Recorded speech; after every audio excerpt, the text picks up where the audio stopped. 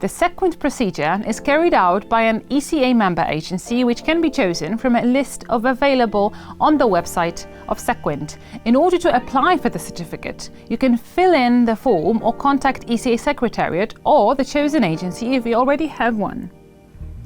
At the Getting Certified section of the CequInt webpage, you can find the templates for self-evaluation reports of programs and of institutions. Here you can also find the key documents outlining the methodology, the frameworks for programs and institutions, and the terms of reference.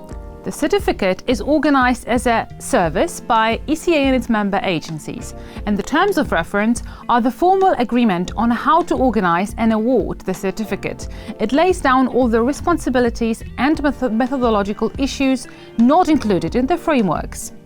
ECA will provide all the necessary information. The assessment procedure will be carried out by the selected ECA agency, and if the requirements are met, ECA will award the corresponding certificate.